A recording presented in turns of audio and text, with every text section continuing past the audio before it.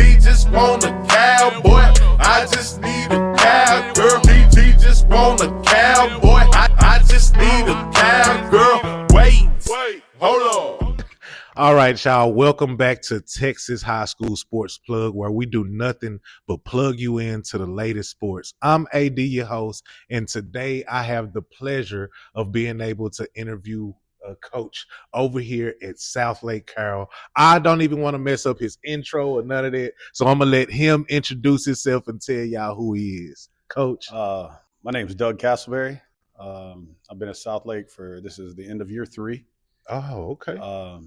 Was previous at Northwest High School, spent 11 years over there, the last 8 in the strength conditioning role. Yeah. Kind of got my feet wet there, and that's where I met Coach Dodge. And then when they created this position, he knocked on the door, and I've told many of people this. I was like, when the dragon knocks, you open the door. Yeah. You open the door and see what they want. For sure. To get the opportunity to be at a culture like this and try to put my flair on it was a no-brainer. Man. So it's been a really great 3 years. A lot of fun. Well, okay. With you landing over here, man, what would you say is just so special about this place that you just can't say about anywhere else? Wow. There's a lot. I mean, the kids are kids. Don't get me wrong. Kids are kids. But the standard and the expectations. Okay. And I don't think that just comes from our coaching staff, which we have unbelievable coaches. Yeah. But I think that starts with at home is what the parents expect, and they expect great things. They expect high performance. Yeah. And that's been me from the get-go. That's what I expect from my kids. That's what I expect from every kid that I've ever trained was be intentional and locked in and be where your feet are. Yeah.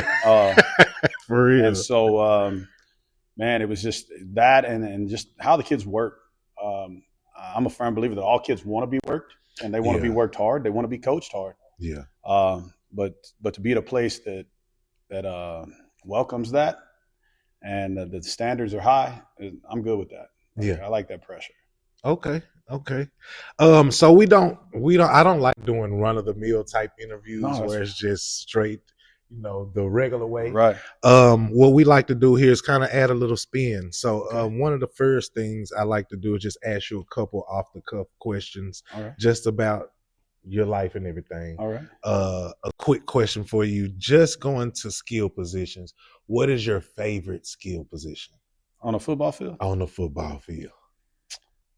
Man, I have such a respect for the bigs. Okay. Up front. Okay. Ain't nothing like the trenches. Smaller guy or I was a smaller big. Okay. When I played. Don't get me wrong, those skills are huge. And everybody's got their what they can bring to the table, whether it be power and speed and lateral movement or whatever. But there's so much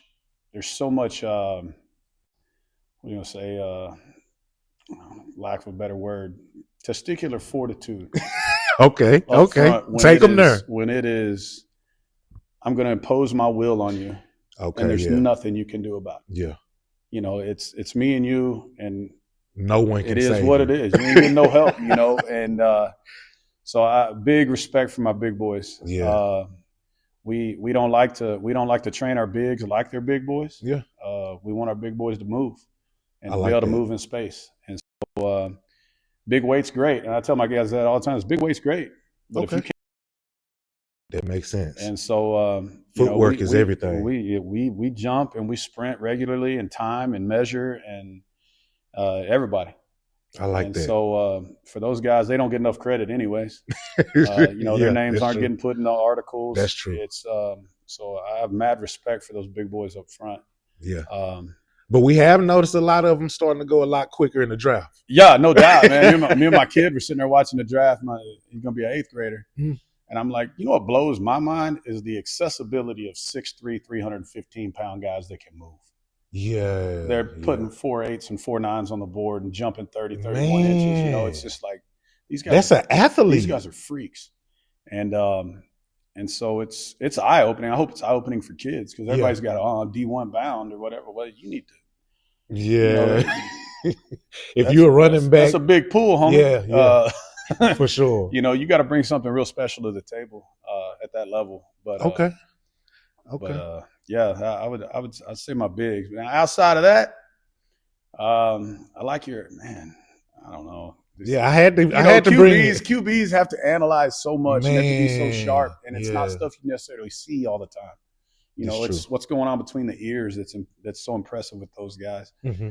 And then as high level as I think we play, as high level as like our guys are, man, they're football sharp. Like they have good football IQ. That's good. And and I attribute that to the coaches and the amount of time that turf time, practice time is great, but they spend a lot of time in the classroom and film study, and meetings, and there's so much, you know, because once you get that out of the way, then it's now go put it to work. Yeah. Right. Like you saw it.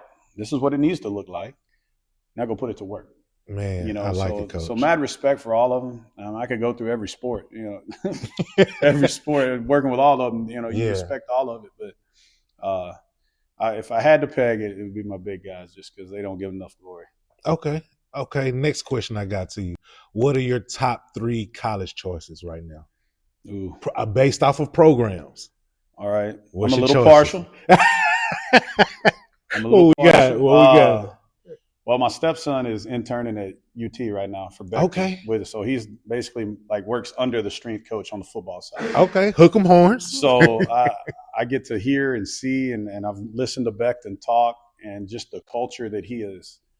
I can't imagine it being at the college level where you've got kids coming from every different high school. Hey, this kid was able to do whatever he wanted because he was a stud and he was going to play no matter what. Versus, you know, now you got 20, 30 Lamborghinis in the parking lot, you know, and this is true. And they're all good, but getting all of them on the same page. So the mad respect for Coach Beckton and how he brings that all together at that level, especially in the NIL period. Man, okay. That'd probably be number 1. Ohio State, just because we got a receiver up there, we get to chat with him. Yeah, we got a guy at Texas too, man. I get to chop it up with all of them. But just those, Indiana. I don't know. I think the strength coach left Indiana. I'm going off strength, not off. All right, program. Okay. I'm going off. It's tailored. I'm going off of dudes that develop guys and get them all, like, you know, moving in the same direction. Okay. But I think the Indiana guy went to Tennessee. You know, when you turn them into freaks, man, they'll pay you the right money. I like that. So I guess those. Texas, Ohio State, and maybe Tennessee, just because of what the guy's been able to do since he moved there, because he came from Indiana. Okay, I like that. Okay. Oh, this is another one. I got a thinker for you. All right. When it comes time to discipline, he said, y'all heard that. When it comes time to discipline, what's your go-to exercise? Oh, we'll get on the sled. Oh, big sled. Yeah, big sled. Just how many yards? Depends on what you did. Oh, you know, I've threatened groups. You know, I mean, I'm okay with kids lifting barefooted because you can, you know, there's nothing to absorb the force between your foot and the ground on certain movements. But I expect you to come in ready to go. Okay. So if we're jumping, I don't want you jumping barefooted because that's going to beat up your feet. So we've had the sled loaded and waiting for them. And like, hey, you ain't got no shoes. Just understand that's what you're doing. Oh. And you know, we try to fix it like that. We'll get on sleds. Try to avoid the stuff that gets the people in the news. You know, like bear crawls on hot turf or track or what, you know, that kind of stuff. Yeah. And you're going to benefit from pushing a sled one way or the other. Man, no, for sure. You going to feel it for sure. We have little reminders here. We do push-up jumps, which most people would call a burpee. Burpees. But we're meticulous about the way that works. Like, it's not count. If your feet ain't staying together and they're moving at the same time, it doesn't count. These dudes are like machines. So every little thing in this weight room, from clips to the bumpers, like all the bumpers should be aligned with the 45s, 25s, and 10s are up and down. There ain't no crooked ones. Before they leave, coaches are inspecting every little mistake of the push-up jump. Oh, come on now. And so it would be, hey, we got 4. Yeah. And then they'll hit their 4, and then every one of them will call out, one more. They want another one. So I like it. It's just the culture, man. For sure. I love it. They started doing it, and I was like, I love this. We're going to roll with it. Man, okay. And so they know when Boosie, we clean up to Boosie. So wipe me down. Yeah. When Boosie Okay. comes Yeah. over the Come on. music, You know what time it when is. Boosie comes on, they know it's time to start wiping down. So I like they'll it. go get their spray bottles and rags and wipe down the bench and the bar and Man, try make to it keep the fun place for clean 'em. and keep diseases and whatever else spreading from in here. I like that. Last one I got for you is I heard you said you like the big guys, so pause. But I heard with that position, if you had to make the perfect build for the perfect, let's just say a defensive lineman, because I really like what I'm seeing defensive linemen do these days. Mm-hmm. If you had to make a perfect build, what would that be like? The size of the footwork of the hands of Boy, we're high motor. I mean, this is not me sitting in meetings and talking ball with our football coaches. Yeah. This is just off of my perspective of Dragon football, if you want to call me a former outsider looking in. Okay. Defensively, our guys are going to be able to move. They're going to be able to run. So, packages, we've got hole fillers, so to speak. Guys that you're just not going to move. Had a nose guard last year. He wasn't any taller than, I'm going to do him a favor and call him 5'8". Move. But he was 600-pound squatter. And you couldn't move him because you couldn't get under him. Yeah. Lucky boy, he was an animal. But in Crawdaddy, we had a pretty good. He was probably right up there with if you were going to put a build together. Mm-hmm. On the edges, probably long and lean. Yeah. Strong, powerful. Julius Peppers. Yeah, probably. We'd take a Julius Peppers. Here. Yeah. But I would say 6'2". Okay. Maybe 215, 220. Okay. At the high school level. I'm not saying he's going to go to UT and start. Because, there's a different level. That's a linebacker. Yeah. UT. For sure. But at high school, 230, that's 220. Yeah, that's good. Good feet, good hands, good powerful punch. Because, you take that kind of guy versus a 6'3", 315. Yeah. 315 better be able to move. For sure. And you're getting beat. So, sub 5 in the 40. Okay. Throw the numbers on it. Okay. Just, a guy that can move sideline to sideline, can block destruction, good hands. We preach playing with our eyes a lot. Okay. So it's not they're not just out there balling. Like the guys they're analyzing and breaking it down and playing. Yeah. And then getting destructive, and showing them. Most important thing is showing up with bad intentions. Yeah. When you show up to the ball, show up, and you'll see it. Those guys are coming. They're coming for the ball, and it's fun to watch. It's the best seat in the house, man. Is you get to stand on the sidelines and be those guys' cheerleaders. For sure. And see them put what we've done, put it to work. I love it, Coach. Okay, let's just kind of go back to your beginnings of football and everything like that. Tell us what football looked like for you coming up in high school. It didn't look like this. Man, I grew up in Mineola, Texas, so I graduated with a Mineola? Yeah, come on. Yeah, way back there. Yeah. I think there was like 4,000 people in the town at that time. Oh, man. I graduated with 68 people. I think we had 3 seniors on our football team. What were y'all 2A? It was 3A back then. 3A. Okay. We were not a very good 3A. I'm not taking shots, but we were rough, bro. Okay. They've had some success since then, but boy, back then was rough. Had to play both ways. I remember going to a game and we suited up 17 cats the last game of my senior year. Man, 17 of us. You only get 11 on the field. So it looked like a JV football game, man. And brother, it was rough, man. Yeah. Just coach is calling for a punt. I'm on punt. Kickoff return. Am I on that? Yep. Man. You had to be in more shape. If somebody missed, man. It was just different, man. It was a different world. And then obviously even Mineola, I'm not taking shots at Mineola. That was just small town football in the 90s. Yeah. And like I said, I think they won it in 16. My cousin was on that team. Let's go. They started getting some success. And it looked different, all of us. You know, I don't like to be the old man. Back in my day, shit, back in my day, it was like No, that. for sure, You for did have sure. to play both ways and Yeah. on every special team. And no, you couldn't get a breather Yeah, because there wasn't nobody else. yeah, And so, you know, when I got to Northwest and then here, I was like, wait a minute, you only play one way? right. That's absurd. How do y'all get tired? You know, I don't even know how you do that. How do you sweat? You only play for what, 60 snaps a game? That's rough. So Yeah. you don't really feel sorry for them.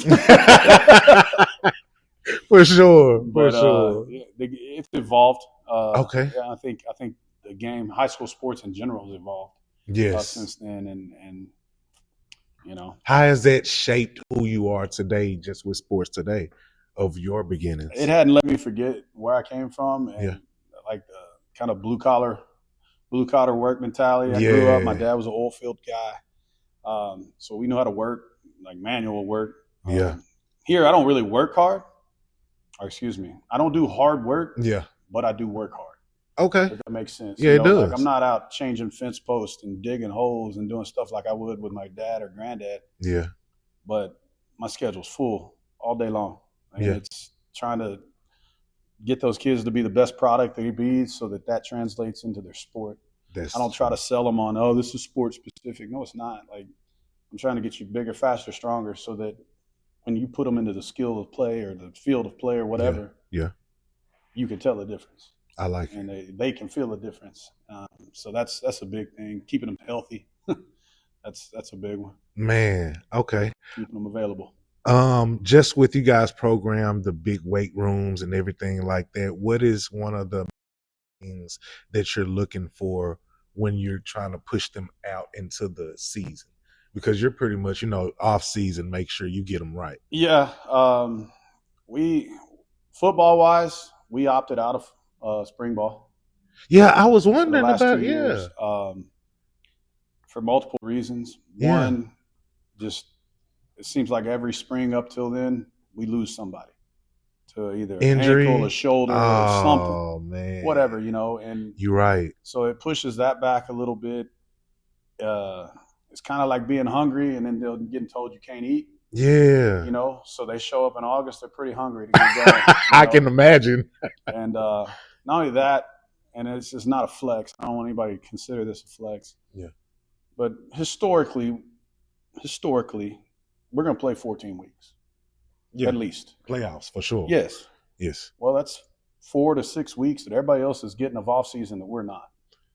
Okay. So what we'll do, is we push spring ball back. So now our off season goes from January to July, where they're in the weight room 4 days a week. Mm. There ain't no break. And we've seen really good things. I mean, the kids' bodies are transforming. Results. I mean, you show up and work at 16 years old, you're gonna get results because you're 16 years old. For sure. We just try to be very efficient with it and get the most out of them when we can, so that when they do roll back in August, we're rolling. So we kind of going into phase 3, if you would want to call it phases of our off season, which is summer. So we got 7 weeks, 28 sessions to get them right, and see if we can get them freaking rolling. Okay. What is a couple do's and don'ts for your players when they're going into summer? Because they're not going to be up here at the school. Do be here. Do be here at 6:30 for our morning stuff. Okay. We run sessions all day long. Football cranks it up at 6:30. Mm-hmm. They go first, and then our other male sports and female sports will go in 2 different sessions, but at the same time. And then our middle schools roll in about 220 deep, and they're training all summer too. Man, so you have a big circuit going. Oh, it's every individual session. Don't get me wrong, we'll split them more than likely. Okay. This room, which I don't know if you got in film of it, but this room will hold 96 to 128 kids. Okay. If we, depending on how many kids we want to put at each station. Mm. So if it gets so big, then we'll split them and say, all right, this group's going to go do movement on the turf. So change of directions, jumps, plyos, med balls, sprints, whatever's on the docket, while the other group lifts, and then we'll flip-flop them. Okay. So they get both every day. Are you working with, and this is just a question that just came to me, are you working with any flag football players right now? I mean, no. Because that is a our big guys, thing. we have some guys that do. I mean, I wouldn't call 7-on-7 flag. I mean, I know flag's taken off in that. We don't have anything affiliated directly with the school. Like, hey, this is our flag football team. Okay. I mean, we're gonna, like I said, I'm gonna train them all. Yeah. Swim, dive, water polo, volleyball, basketball. I mean, everybody. Yeah. And they've all pretty much dove into it, and they understand. They may not always understand. There's some eye rolls that go on, and that's fine. I get it. You're 16. That's part of it. You're 16 and you know everything. I get it. Man, as far as don'ts, going back to the do's and don'ts, don't disappear for 7 weeks. Yes. And think that you're just going to ride on what you did in the spring to carry you into the fall, because I think that's the way it works. Every time a kid does something, a big lift or whatever, I'm like, this is just a checkpoint. This ain't the end destination. Like, this is a journey. And big thing is with these kids is I don't know who's going to college. I don't know which of these kids are going to get the opportunity to play at the next level or wherever. And I was like, but I feel like I'm not doing my due diligence if I don't prep them for a college type of weight room. So I'm going to ask them to perform Olympic movements, whether they want to or not. Because more than likely at the college, you're going to have to do some cleans. And you're going to have to there ain't going to be, Bosa ball stuff all the time. Like, you're going to have to dig in and teach the technique of it. And it may not be sexy right now. Yeah. Like anything else, you do it enough, you'll get it. You'll figure it out. And so that's one thing I don't waver from. I try not to, because I think it's doing them a disservice if they walk in to a developmental program at a big university and they've never gripped a barbell and cleaned it before. Okay. No, that's true. Big thing is teaching them how to squat correctly, how to hinge correctly, how to pull from the floor, from the hang, press.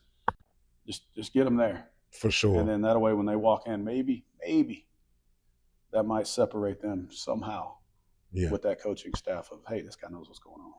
That's true. Because they are watching. Just in case you guys don't understand, your coaches are paying attention to the summertime workouts. 100%. To you getting stronger, faster. Because these are the things that they're looking for you to do, when they're not around. So that's kind of like the integrity part behind it, is being able to do these things even at times when the coaches are not there. Another big question that I have for you, Coach, it kind of comes to the redistricting thing and what has just happened this year. How do you feel about the redistricting that took place this year, and where does that leave you guys for the season? Well, I think we lost a district opponent because we traded LD Bell and Trinity and then picked up Boswell. Which it's fine. I mean, we're not arrogant enough to sit there and say it doesn't matter, we'll play anybody, but we know that if we want to get to our end goal, we're going to have to play the good ones and play everybody. And for sure. Our pre-district schedule and scrimmages ain't no joke. I mean, we're going to go Denton Ryan, Alito, I think are our two scrimmages. Yeah, Alito was doing pretty North crazy. Crowley for a pre-district game, Allen for a pre-district game, and then Jenks, Oklahoma, I believe, are the three pre-district games. Okay, so y'all are planning on taking a out-of-state game? Yeah, our week one is at Cotton Bowl. Okay, and is that a ranked opponent? I don't know nothing about Oklahoma football. I don't care. I know, that's right. I mean, I'm sorry. No, be real. That's real. I've heard of Bixby. I know they're good, but when it comes, it's not. For anybody that don't know, it's not just, hey, just play whoever you want to. It's things have to line up, and schools don't want to play district opponents, obviously, in the pre-district games. Correct. For the most part, you probably don't want to play a playoff type or you want to play a playoff type opponent in pre-district, but you don't want to play somebody where you might have to play twice. This is because there's a really good chance. It's tough to beat a team once. Yeah, but it's real hard to beat somebody twice. I know, that's right. So we're gonna try not to do that, and then a lot of everybody's scheduled district schedules don't line up. Like some teams have 8-team districts, some have 7, and so it's a puzzle piece. What do you have to say to those people who try to? Because you always you see them in the comments and everything of those individuals who be like, "Oh, Southlake Carroll, this and that. They don't play anybody." How do you feel about those naysayers? Let's say that. I like it. Yeah, I like the hate. Yeah, I like having a bullseye on my back. Yes. Just because you got to prepare for that, and Yeah. you can't take off for it. I mean, you can. That's when you get slipped up. You Yeah, get beat. But kind of creates a little chip on your shoulder a little bit. Yeah. I don't think anybody here thinks that we've arrived at all. Yeah, that's good. Because every team's a new team. Like, you can't ride coattails from last year. That Those is guys true. are gone. That leadership's gone. Yeah. And that's one thing I love about having that essentially 6 months of off season is you get to see those new leaders develop. Come on, Coach. I've seen it more than not just football, but there's other sports. It's like that first off season lift. Yeah. It's like, all right, break us out, and everybody's looking. It's like, who's going to do it? Yeah. Like, come on, senior. Like, it's your turn. Yeah, you got to lead. Pop off. Let's go. Yeah. That's kind of neat. Just as a coach, getting to see kids develop, mature into that role it's fun. Sometimes they need a little shove, a little push. No, that's they big. need to be told that, hey, you're good enough to lead. Like, you can do this. Man. But you got to say something every once in a while. That's part of being the coach. For real. Oh, for sure. Okay. Give me a few breakout players, just from your thoughts, that you believe that everyone need to watch. Oh boy. It don't matter what sport. I could go on and on, man. Football, take your pick. Okay. Love all those guys. Just, and of course, I see them on the field. I go out and watch them because I'm supporting them. But just the work they put in here, man, there's just a slew of them, man. Yeah. Top of the head, it's gonna be wearing 0 this year. Landon Harris. Okay. He's moving from secondary into a linebacker spot. Body has transformed into a linebacker body. Moves well. New quarterback this year, Tom Check. Okay. We got a room full of dudes, man. Whole line up front's just massive humans. Yeah. And they don't, I tell them all the time, I'm like, look, it's like, we're going to do the hard stuff. Yeah. But more importantly, we're going to do the hard stuff better than everybody else. So that when hard hits us right in the face in the game, we're not afraid of it. That's right. We just got to dig our heels in and go back to work. Yeah. Man, yeah, the whole, I love my bigs up front. Whole defense is young, but full of it. Fresh. Full of, for lack of a better term, piss and vinegar, man. Just flying around. Oh, just heat. Hope that they can get all on the same page. Okay. Because that's one thing last year, man. I think we had whole defense was seniors. Oh, yeah. And so those guys, how is that for you when you have a real big group of seniors leaving out? How do you handle the transition? It's not that big of a, I'll be honest, it's not a huge deal. Okay. Those guys they saw it. They saw what it takes. They saw how to lead. And that's where you can get those kind of fluctuating years, because you might have a really good group that knows how to lead people and knows how to do that. But then that junior class never really comes on into that role. Yeah. You know what I'm saying? Because they've just been piggybacking off that class prior, and they've never had to. Yeah. Yeah. That's correct. But these guys they're great visual learners as far as picking up and putting down. Oh, this is what I have to do as a senior. This is what it takes from me. Okay. And our coaches are transparent in every program, not just football. They're transparent with our kids. End of the year, they meet with every one of them, and they're like, "This is basically where your role is. Mm-hmm. How are we going to get you to where you want to be? If this is not the role that you want, what are you going to do? What can I expect from you?" Yeah, because it's like a business. It is. It's 100% business. As long as you don't, you can say it's not, but it is. It is. Because there's coaches' livelihood on the line. Yeah. And how they feed their families. So that's when it becomes a business to me, is when, just like on my end, if we're blowing out ACLs every 3 games and kids are hurt all the time, that's going to come back to me. Yeah, that's part of what strength. Are y'all doing? Yeah, yeah. Like, what are you doing that our kids are hurt? And so we try to not manipulate it, but try to strategically do things a certain way to keep them available. Okay. I got a couple more questions before I let you out of here, Coach. I know you're a busy man. One of them is kind of going into that about, they're talking about bringing the transfer portal to high school. What is your thoughts about this, Coach? I don't know. Because we see what it's doing Right, in college, yeah. and what type of culture it's I don't creating. know how it would work. Like in Texas, I don't know how it would work. Yeah. I mean, UIL's already. I'm not going to say it's not going to work. Yeah. I'm not going to say it's not going to happen. In my opinion, I hope it doesn't happen while I'm still coaching. Yeah. Because then now you're pushing that problem that I was talking about with Becton and having to take all these different cultures where these kids could get away with certain things at other places, and now that's on me or the coaches to fix. That's versus true. Kids that have come up in Southlake, Texas, have been at the camps, have been at the summer workouts.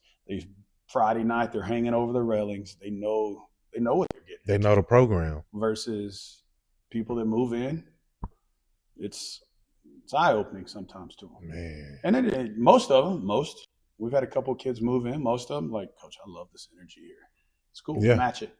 It's not a show. Don't buy a ticket. I know that's right. You know, like there's plenty of seats in the bleachers too. Yeah, you can watch. You know, and so we do. We try to create an environment that they want to be a part of. Yeah. And that's in here. That's on the field. I mean, our practice is probably the most efficient, high energy, flying around, and not just in the drills, but from drill to drill. Mm-hmm. Like we're gonna be out there for 2 hours, and it's gonna be efficient. And they're gonna get a lot of work done, and that's any of our practices. Let's go to any sport. Yeah. Coach Vu can in baseball the same way. Like it's methodical and it's efficient. Okay. So we make sure we get the most out of our time with them. I like it. One of the last questions that I do have for you is, at where you are right now, is this where you see yourself, or do you have a end goal of where you want to be? Man, I like my kids and my family, and I would assume that the only place to go up from here would be the college ranks. Right. And having a kid that's interning and doing that schedule, I don't know that at this point in my life that I want to go miss all my kids' games. Yeah. And be gone. I mean, I'm gone before my wife gets up anyways, but 4 a.m. to maybe 8. Oh, yeah. That's a long, that's rough. And 45, man, my kids they're in that pretty, what do you say? How do you call it? Impressionable stage of life. Mm. So they need I like being able to be present and be at all the games, and my kid come up here and be a part of the camps and all that stuff, man. And I ain't got but like 7 years left. I would be just fine to route them right out. For sure. Man, I love it, Coach. Okay. Taking us out, let's say, what are some words that you just want to give if there was a young player coming up that is looking to come to this school, come to be a part of this program? What words of advice would you give? Play everything. Young. Every sport? Everything. Okay. Yes. There's so much value to that. Now that eventually, the rubber's probably going to meet the road. Yeah. And you're probably going to have to pick one day. Yeah. You're going to want to excel, but man, if you're a contributor and you're helping and you're developing, play everything. Track, basketball, football, whatever. There's too much value. When I was growing up, that's what we did. Yeah. Your video games throughout the year reflected the sport that was in season. That is true. Football season, you played Madden. Yeah. Basketball season, it was 2K. Baseball season was MLB The Show. Yeah. That was it. And then when you weren't doing that, you were outside hooping with your buddies on the 6-foot goal dunk contest or playing tips or whatever it was. Yeah. Yeah. Flag football, wiffle ball.